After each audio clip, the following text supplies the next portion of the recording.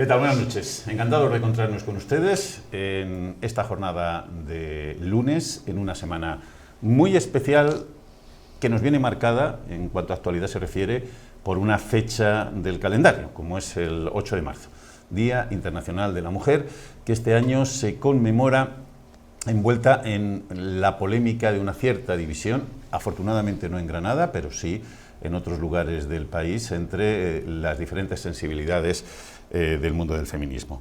Este miércoles vamos a celebrar ese Día Internacional de la Mujer, en el que el feminismo va a volver a ocupar las calles de Granada, organizado conjuntamente por la plataforma 8 de marzo, 25 de noviembre y el espacio Feminismo Unitario de Granada. La música y el baile van a acompañar las reivindicaciones de esta manifestación. Francisca Follerat, la responsable de la plataforma 8 de marzo, ha destacado la necesidad de prestar especial atención a la precariedad laboral de las mujeres, las trabajadoras de la dependencia, a una educación pública de calidad que evite la discriminación y a una simplificación en las trabas burocráticas que faciliten el uso de escuelas infantiles como medio para conciliar la vida familiar y laboral de las mujeres. A los políticos les ha pedido que elaboren una campaña de concienciación sobre las tareas domésticas y el trabajo de la dependencia. El miércoles tendremos todos una cita a las 6 de la tarde con esa manifestación que saldrá desde el Triunfo para concluir en el kiosco del Salón. Tanto Francisca Follerat como la portavoz del Espacio Feminista Unitario, Alejandra Chenol, destacaban esta mañana la unidad del movimiento feminista ante ese 8 de marzo, que, como decimos, no en todos los lugares de este país, lamentablemente, va a caminar unido. Que quiero destacar el valor de la unidad, que está por encima de las diferencias que obviamente entre grupos suelen existir. Así es que, de nuevo, salimos unidas por las calles de Granada, que creo que eso es muy importante. Eso ha sido producto de reuniones, de encuentros, de consensos, de buscar lo que nos une. Y al saber que unidas somos más fuertes. Entonces esto es algo que queríamos dejar bien claro, porque no está sucediendo en todos los sitios, pero desde Granada demostramos que sí se puede, que con cariño, con reuniones, con trabajo, con esfuerzo, con comprensión la podemos hacer. Rosalén va a encabezar el cartel, decíamos que la música va a tener un especial protagonismo en este 8 de marzo, con el que se va a desarrollar el Festival Granada 100% Mujer, con el que el Ayuntamiento y la plataforma Revivir Azucarera van a celebrar este 8 de marzo. Los conciertos van a tener lugar el próximo día 11 en la Plaza de la Libertad. El festival se enmarca dentro de la programación municipal para celebrar el Día Internacional de la Mujer, bajo el lema "No hay espacio, reto, profesión ni meta que se nos resista". La concejala de Igualdad, Ana Muñoz, presentaba las actividades para ese día, entre las que destacan talleres, cuentacuentos, visitas guiadas, teatros y exposiciones. Para la concejala, el movimiento feminista ha sido clave, pero hay que seguir trabajando en valores y respeto.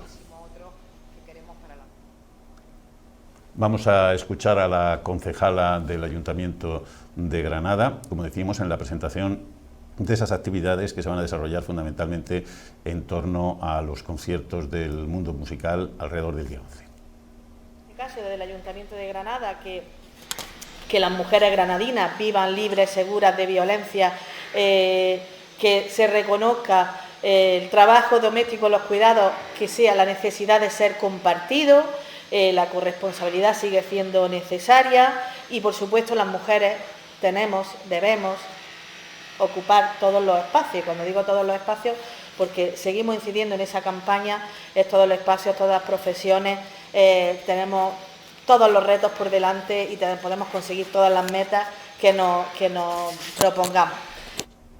La cantante Amparo Sánchez, más conocida como Amparanoia, ha presentado ese festival. Ella es la portavoz de la plataforma Revivir la Azucarera, que va a tener a Rosalén como la artista más destacada en una propuesta 100% femenina que va a desarrollarse también dentro de los actos conmemorativos de este Día Internacional de la Mujer.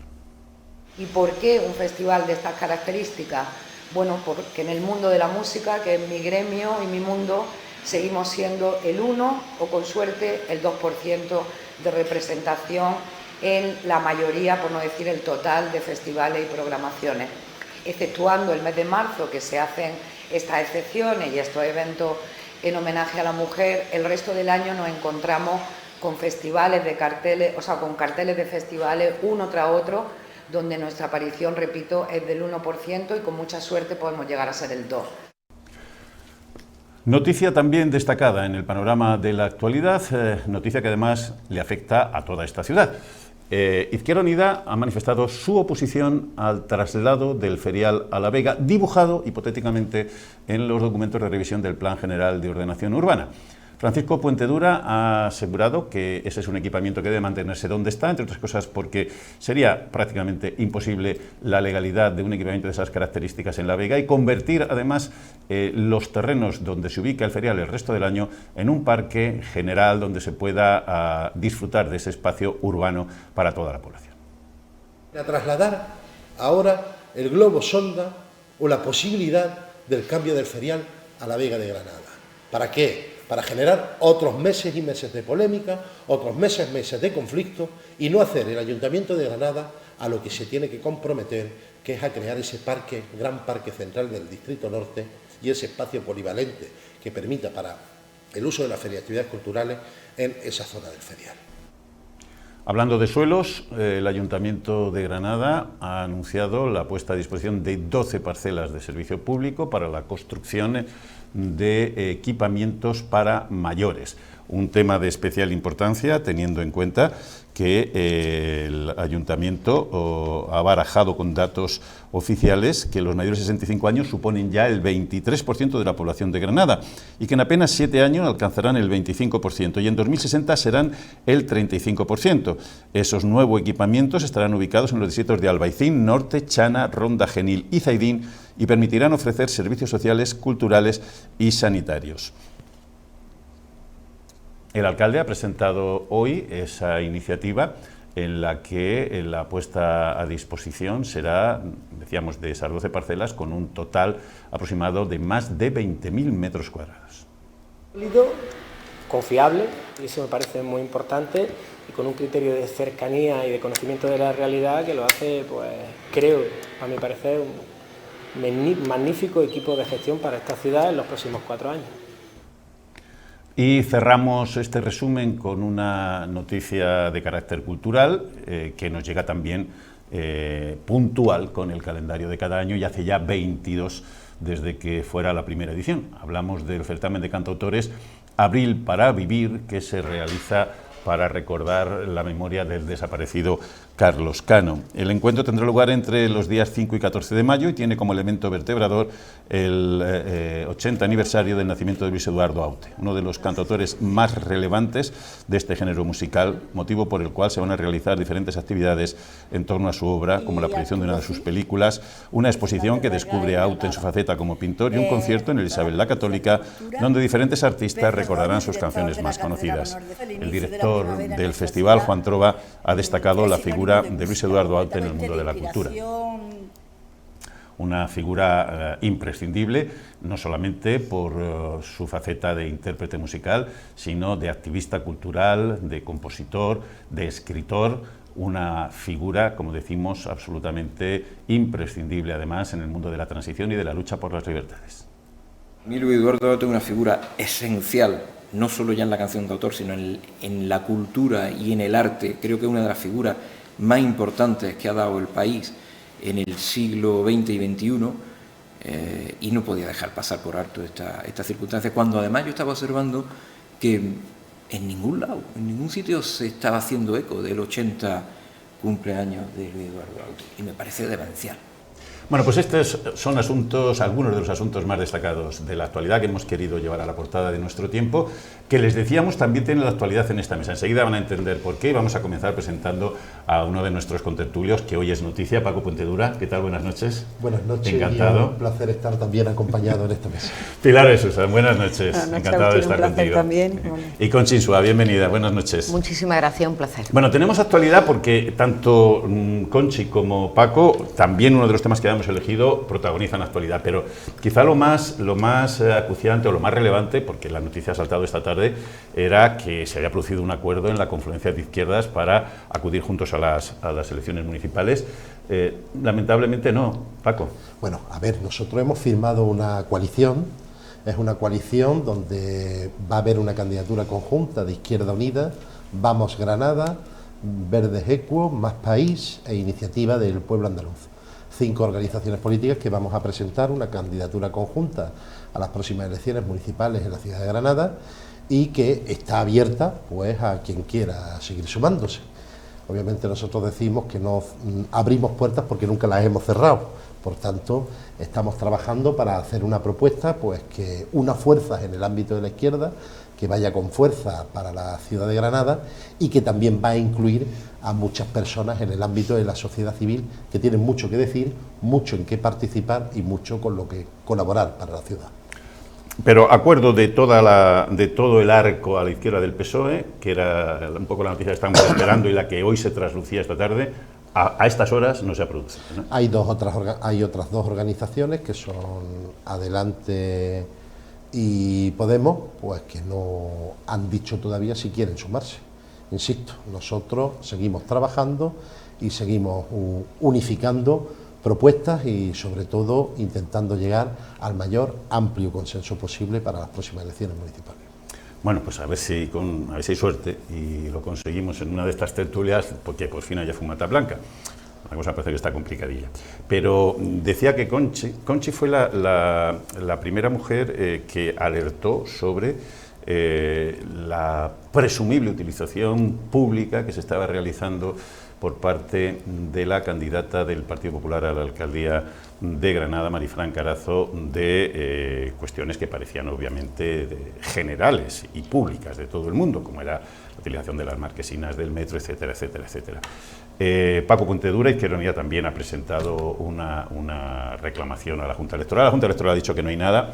Bueno, probablemente no haya nada en lo legal, pero desde luego estéticamente, Conchi, la cosa ha pintado regulero, ¿no? Regulero y sigue pintando regulero. Es que, de verdad, se está haciendo una utilización torticera, como yo siempre he dicho, y además una pre-campaña absolutamente sucia, utilizando espacios públicos que son de todos, y además algo que yo creo que es absolutamente indecente, y es que estamos hablando de que el César tiene que serlo y parecerlo, pero parece que el Partido Popular tiene patente de corso para hacer lo que le dé la gana y cuando le dé la gana.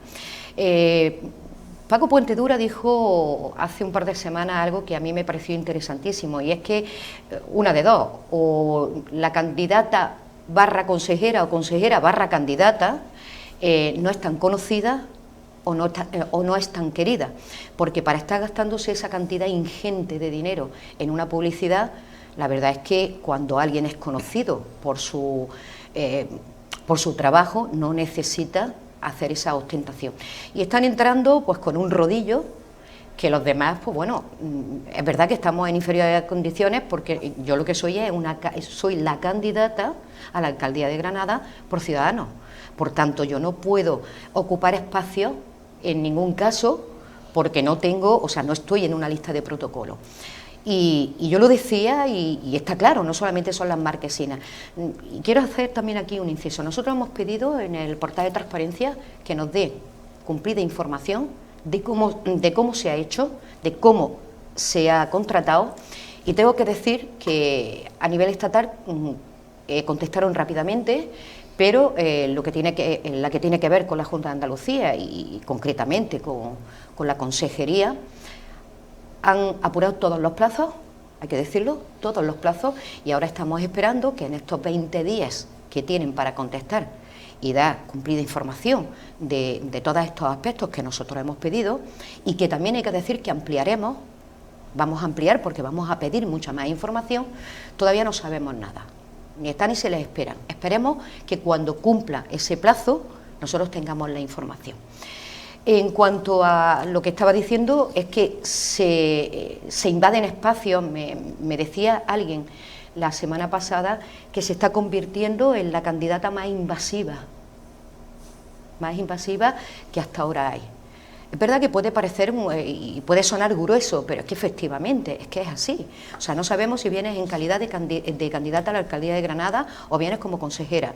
Entonces, para tener un sitio de privilegio, utilizas la consejería, pero para darte publicidad hablas de futura alcaldesa de Granada, cuando lo que eres es la candidata.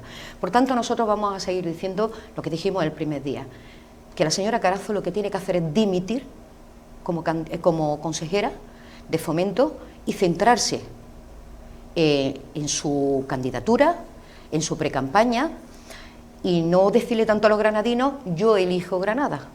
Algunos tenemos la suerte de no tener que elegir, hemos nacido aquí. Y por tanto, esto no, yo lo digo siempre también, esto no es una bandeja de pasteles que me como el pionono o el rosco de nata. Mire usted, aquí o quieres estar o no quieres estar. Y seguiremos con este carrilito. Es verdad que las demás formaciones políticas han salido y han dicho, oiga, es que esto no es lícito, puede ser legal, pero de verdad que es torticero, como poco torticero.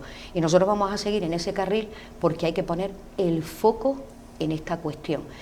Y no se puede pretender decir, voy a ser o soy la candidata de todos, cuando, desde luego, no estás jugando en la misma liga que jugamos todos, que juega Paco, que juego yo o que juegan otros candidatos. Por tanto, vamos a estar ahí y vamos a seguir como un martillo pilón. Queremos explicaciones. Paco.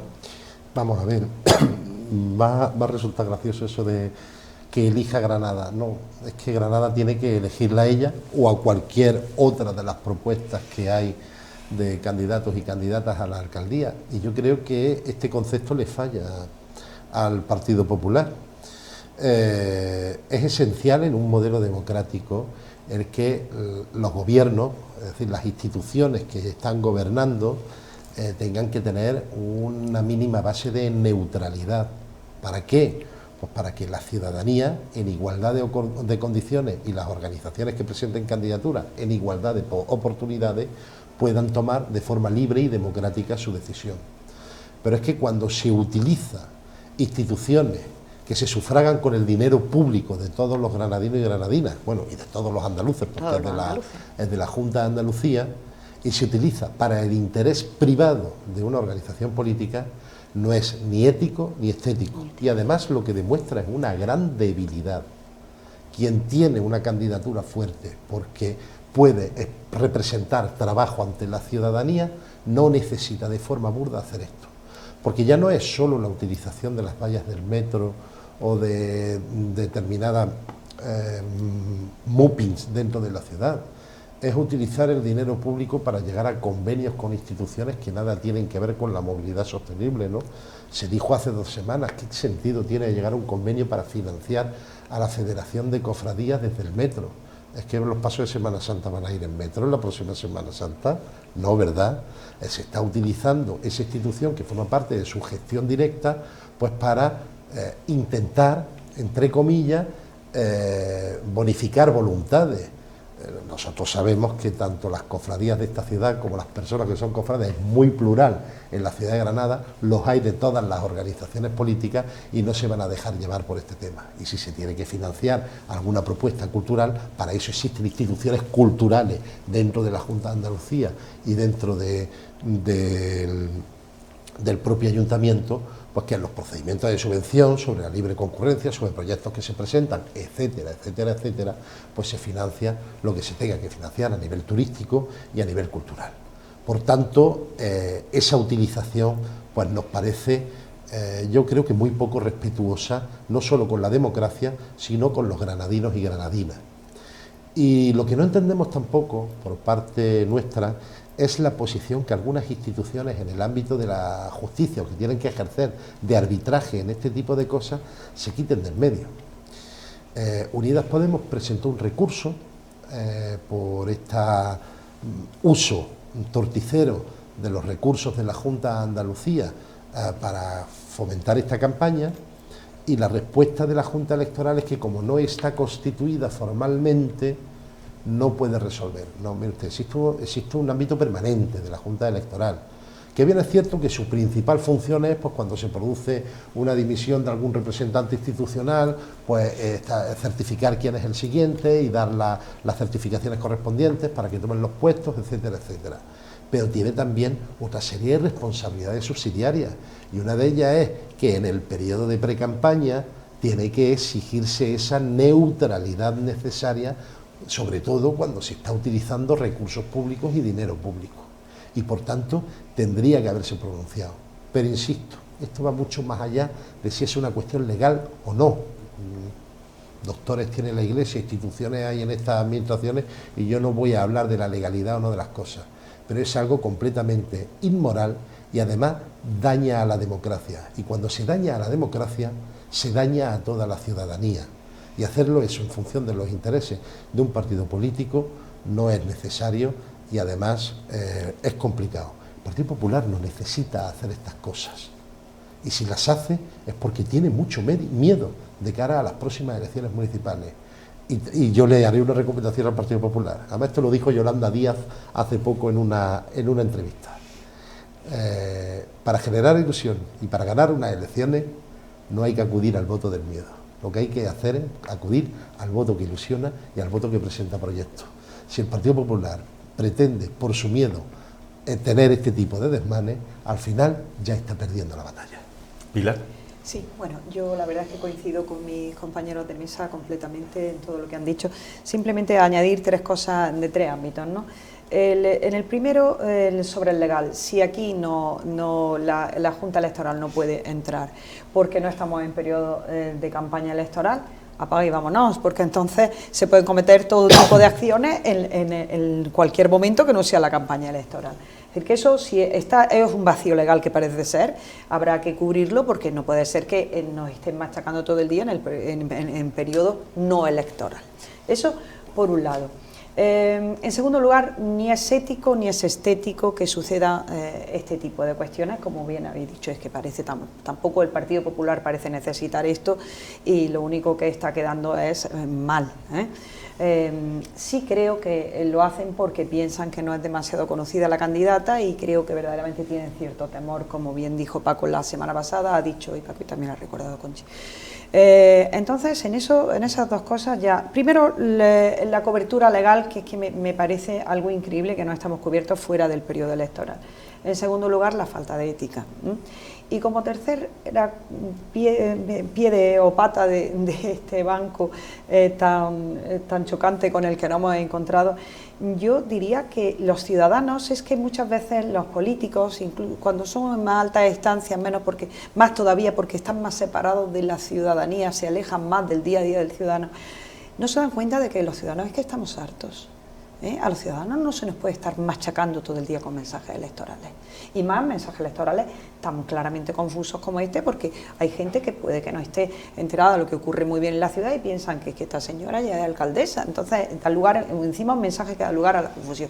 Pero los ciudadanos estamos cansados y cada vez queremos menos mensajes electorales, y los queremos justo en el periodo exclusivamente electoral. Y luego, por favor, déjennos tranquilos, que verdaderamente la vida española está tan politizada que no podemos salir de la política ni un solo instante, porque cuando es un escándalo es otra cosa, es que es una ley, es lo otro, de tal manera que lo hagan por el respeto que tienen que tener todas estas personas a los ciudadanos, aparte de las otras dos patas de mesa que he dicho que no hay más remedio que uno cambiarla y otro pues un poquito tener, como diría, un poquito de por favor, ¿no? Que estamos los ciudadanos muy cansados ya de este tipo de situaciones. Antes de ir con el tema del 8 de marzo, una noticia de esta misma tarde. No la podíamos haber comentado antes, pero bueno, yo creo que todos estáis más o menos situados perfectamente en este entorno. La audiencia ha absuelto a la exdirectora del Patronato de la Alhambra, María del Mar Villafranca, y al resto de los acusados en el denominado como caso Audioguías. Tema potente e importante, porque bueno, ha sido un calvario auténtico y una situación muy compleja. En principio, ¿qué idea? A ver, os voy a leer un poco más para que nos situemos en el entorno. Es decir,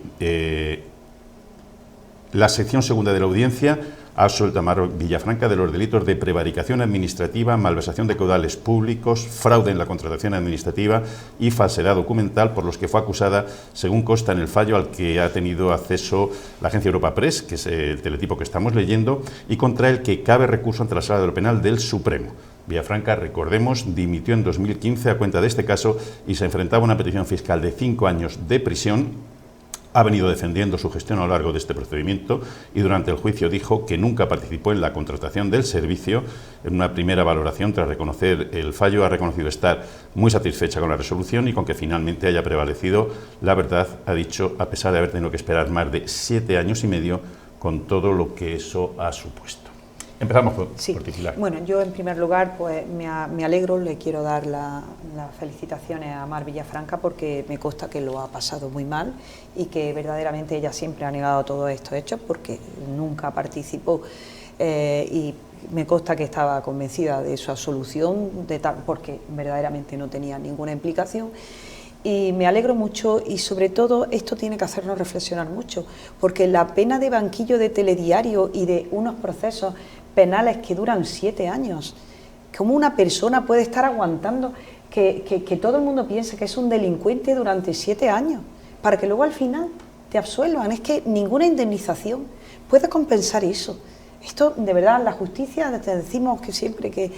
pero la justicia no puede atrasarse de estos extremos, sobre todo en materia penal no puede ser que una persona lleve un San Benito durante 7 años para que luego al final terminen absolviéndola. Es decir que yo, si fuera ella, pediría una indemnización, porque este tipo de pena de banquillo durante 7 años para luego que te absuelvan, verdaderamente me parece algo muy triste. Yo me consta que ha sufrido mucho y me parece que este tipo de cosas no debían de suceder, aunque los órganos penales estén muy colapsados, pero verdaderamente no puede tardar un procedimiento perder esta cantidad de tiempo, ¿no? Y sobre el fondo del asunto, pues verdaderamente se ha demostrado que no había esa trama que presuntamente se la quería implicar a ella. Esa trama no existía. Muchas veces cuando se hacen instrucciones penales, pues enseguida empiezan a querer encajar conductas que no, primero a lo mejor ni existen en unas cantidades de delitos. Yo no sé si os dais cuenta muchas veces que todos son constitutivos de organizaciones criminales. Dicen, pero yo me cuenta que dicen, pero ¿qué organización criminal pertenezco yo? Si yo he estado allí, nada más es que vamos, te dan la sensación de que es como una especie de confabulación mafiosa entre muchas personas para delinquir y llevarse el dinero público. Dicen, pero bueno, si yo estaba allí de presidente de tal o de director de tal, ¿yo qué organización criminal estoy yo? Eso te relaciona con la mafia, con la droga y con otra serie de cosas que no tienen nada que ver. Pues normalmente los instructores suelen encajar mucho estas conductas en organizaciones criminales y luego, bueno, pues las sentencias, pues me alegro mucho de que luego se haga justicia y se demuestre que no tiene nada que ver, ¿no? Chale. Bueno, decir lo mismo, estoy absolutamente de acuerdo con lo que está diciendo Pilar. Efectivamente, bueno, antes que nada, pensar siempre en la persona y en el sufrimiento que ha ido aparejado a 7 años de tener encima de tu hombro, pues bueno, la sospecha de un delito. La justicia, como está diciendo Pilar, no puede ser tan lenta. Y sobre todo en estas cuestiones, porque es que se carga la carrera de cualquiera. Y esos delitos o esas penas de telediario, como estamos diciendo, pues que no solamente se lleva por delante al político o a la persona, es que se lleva a las familias, se los lleva a todos por delante. Por tanto, más diligencia en estas cuestiones y sobre todo mucha más objetividad por encima de cualquier otra cuestión. Porque es que estamos hablando, como decimos, de personas que tienen su vida y que de pronto se ven señaladas y además repudiadas. Y hay algo que sorprende, ¿no? Luego la soledad de esta gente, o sea, cómo todo el entorno lo abandona. O sea, yo eso lo he visto cómo se les abandona, ¿no? Se les abandona su suerte. Y desde luego me parece absolutamente mezquino porque si una persona en el ejercicio de sus competencias, hombre, pues claro que se te pueden colar chorizos, ¿cómo que no? A cualquiera, pero eso en la empresa pública, en la privada, en la política, en todo se te cuelan chorizos. Y gente que es bastante más lista que tú, pero tú llevas tu carril y dices, esto es lo que debo de hacer. Hombre, no sabes los que tienes alrededor hasta dónde pueden llegar, ¿no? Pero sentirte señalado y además tener que abandonar todo, absolutamente todo, y que luego, después de 7 años, una sentencia diga, usted no ha tenido nada que ver, y te has visto señalado, pues diligencia por encima de cualquier otra cosa, y prudencia a la hora de omitir cualquier tipo de juicio, ¿no? Porque se llenan los telediarios, las tertulias, los opinadores, y le destrozan la vida a cualquiera. Como decía Conchi, de la soledad, sí. Y además un respeto a la presunción de inocencia. Lo que no puede ser es que tú en el mismo momento que estas personas salen imputadas, bueno, primero investigados, luego no puede ser que ya es que todo el mundo piense que ha cometido el delito. Porque luego, si tenemos un sistema garantista, porque nuestro sistema judicial es garantista, no puede ser que una persona esté con el San Benito de culpable continuamente para luego exculparlo. Es que tiene que ser al contrario. Es decir, que tienen que pensarse que es inocente hasta el mismo momento en que se dicta la sentencia. Y no al contrario, porque luego pasan esto y cuando te quitas tú de encima esa carga que lleva ya. Es que le has arruinado la reputación. La vida. Y en casos como este, además, una carrera internacional de prestigio, y profesional. Mar Villafranca era una autoridad, bueno, sigue siéndolo, obviamente, una autoridad nacional e internacional en su terreno, pero como decía Conchi, es que se acabó laminada, sola abandonada. O sea. Y luego además, a lo mejor ya de aquí en adelante, por si hubiera una sospecha. Sí, la sombra de la sospecha. La sombra de la duda encima, no es decir algo absolutamente lamentable. Bueno, en primer lugar lo que corresponde es eliminar cualquier sombra de duda. Hay una sentencia, espero que esa sentencia sea firme cuanto antes. Y por supuesto mi felicitación a todas las personas que han sido injustamente acusadas. Ya hay una sentencia que les absuelve. Y por supuesto comparto lo que habéis dicho, por no repetir y por señalar algunos aspectos nuevos que yo creo que son importantes también tenerlos en cuenta. En primer lugar, ese llamamiento a la prudencia, hay que ser muy prudente cuando hay acusaciones que afectan personalmente a gente que ha sido acusada. Yo creo que a Mar Villafranca le honró el que presentase su dimisión y se dedicase este periodo de tiempo a defender su inocencia, aunque le ha supuesto un coste personal bastante terrible. Y no ocurre así, por ejemplo, pues con otros que han estado utilizando este tipo de casos de forma vil y luego cuando ellos se han visto afectados se han estado agarrando al puesto o al sillón, ¿no? Yo quiero señalar también la responsabilidad del Partido Popular, que utilizó como brecha este caso para perjudicar, y se ha demostrado que de forma injusta, pues carreras profesionales importantes. Y por otro lado, también yo quisiera señalar dos aspectos. Uno de ellos también es el funcionamiento de los procederes judiciales. Bien, es verdad que están muy determinados por una necesaria inversión en la justicia, no solo en medios técnicos, sino en medios humanos, para evitar que determinados procedimientos se alarguen durante 7 años, y eso es esencial, porque una justicia que tarda 7 años en llegar no es justicia. Pero, por otro lado, también determinados procederes en el ámbito penal.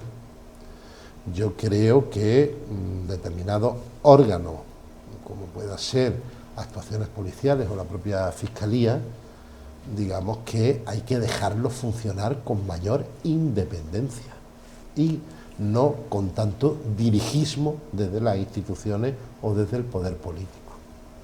Porque eso hubiese aclarado mucho las cosas y hubiese puesto muy en su sitio este tipo de acusación que se produjo, que al final llega un juez que con toda su profesionalidad evalúa todos los datos y todas las pruebas y ve que no hay nada.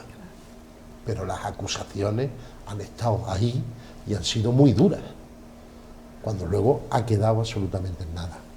Y por otro lado también la necesidad eso corresponde a todas las administraciones, la necesidad de funcionar con mayores criterios de transparencia. Los procedimientos administrativos y los procedimientos de contratación pública no pueden ser un galimatías para la ciudadanía y para el ciudadano o la ciudadana. No puede estar en procedimientos donde lo público son las plataformas menos públicas, me refiero a los boletines oficiales o determinadas formas de contratar. ¿Por qué? Porque esa falta de transparencia permite muchas malas interpretaciones, sobre todo de quien no está en encima. Y cuando lo que estamos hablando es de recursos públicos, cuanta mayor transparencia haya, pues mayor dificultad hay de meter la mano donde no se debe. En el cajón. Que no se ha hecho en este caso. Ojo, que no con esto pretendo yo plantear que se haya hecho en este caso, pero que obviamente la mayor protección que puede tener un responsable político o un alto puesto administrativo en este tipo de materia es claridad y absoluta transparencia, para que todo el mundo sepa hasta qué se dedica, a qué se dedica el último céntimo de dinero público, la trazabilidad de cada euro en el gasto público. y así se evitarían pues que otras personas, utilizando esa opacidad o esa dificultad técnica que tienen estos procedimientos, pues intenten inventar cuestiones oscuras donde no las hay por intereses partidistas o por intereses políticos. Yo solo quiero matizar un par de cosas de lo que ha dicho Paco. El tema de la lentitud de la justicia, dos segundos. 7 años. El tema de la lentitud de la justicia, os diré que es una cuestión endogámica. En España se necesitan, por lo menos durante varias jornadas, varios años, varias promociones, se necesita que entren a lo mejor 2.000 jueces al año. Y para los jueces el Consejo General del Poder Judicial solo saca 200 plazas, no 2.000, porque en el fondo hay endogamia. Y esa endogamia no quiere, con los que hay dentro, no quieren que haya otros que sean jueces. Y ese es igual que en los notarios sacan tantas plazas porque no quieren que haya más notarios. Entonces eso perjudica al sistema, porque bueno, que haya más notarios o menos notarios da igual, pero que haya más jueces o menos jueces no da igual. Entonces yo creo que debe de primar el servicio público al ciudadano, un servicio diligente y bien ofrecido, que no la endogamia de un colectivo, que no quiere que haya más jueces, porque, oye, es que nosotros el sitio. No vamos a ser tantos, tenemos que ser un grupo privilegiado de unas cuantas personas, cuando podían cada año sacar, porque en España hacen falta por lo menos 10 o 15.000 jueces más, o 20.000, pero de tirón, porque el resto de la oficina judicial yo creo que está bien mantenida, que tampoco quiere decir que no deba de engrosarse con más funcionarios.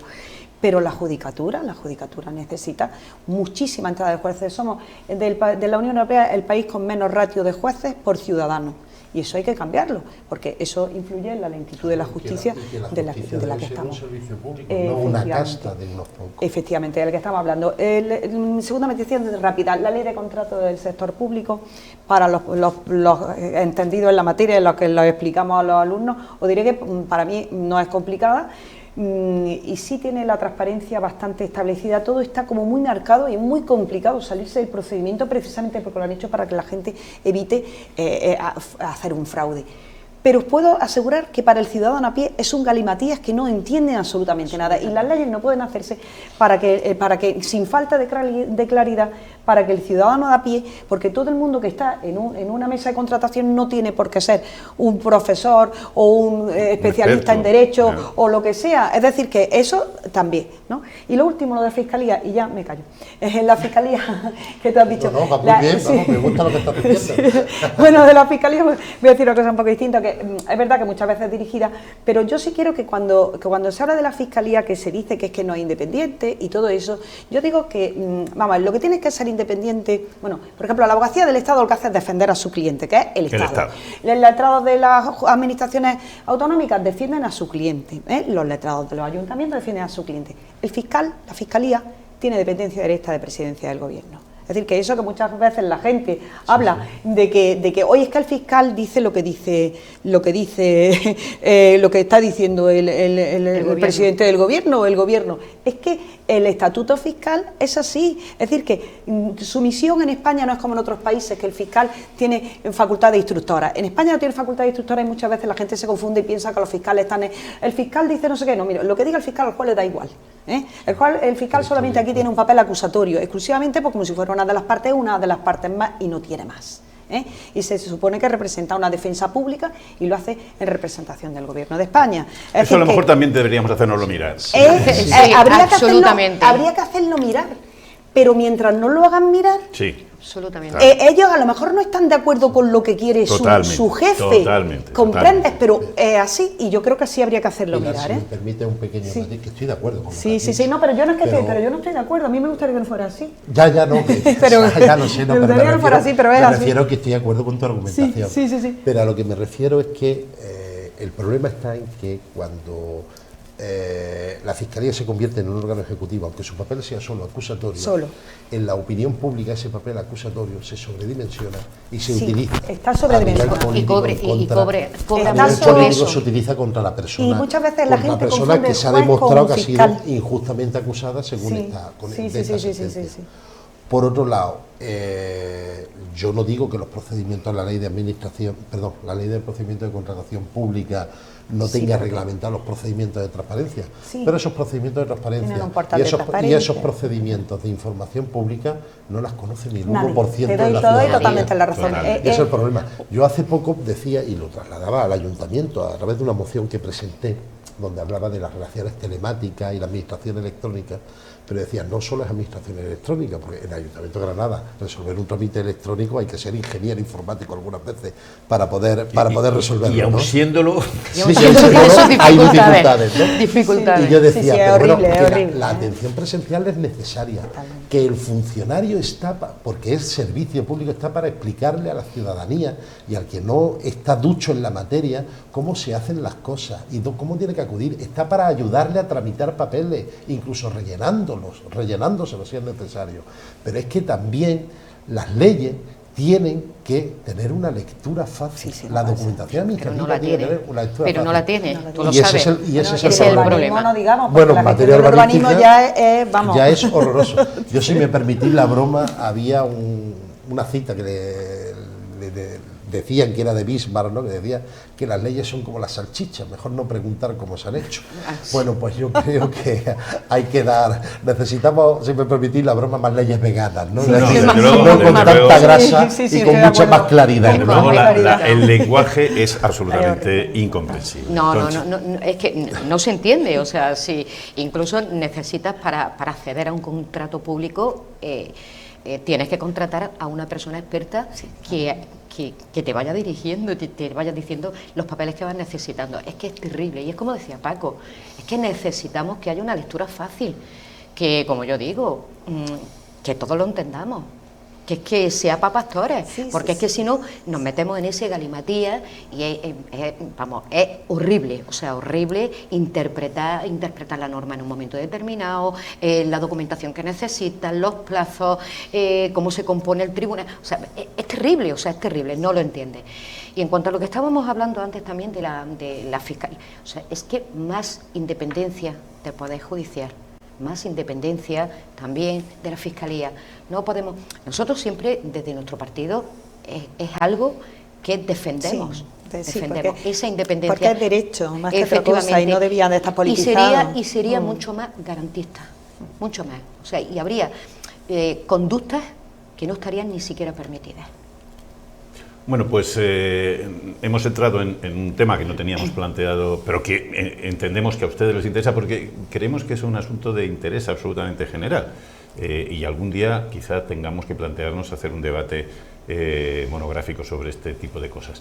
Vamos a hacer una mínima pausa, no se nos vayan y ya sí abordamos el primero de los asuntos que hoy teníamos previsto, pero la actualidad manda, que es el Día Internacional de la Mujer.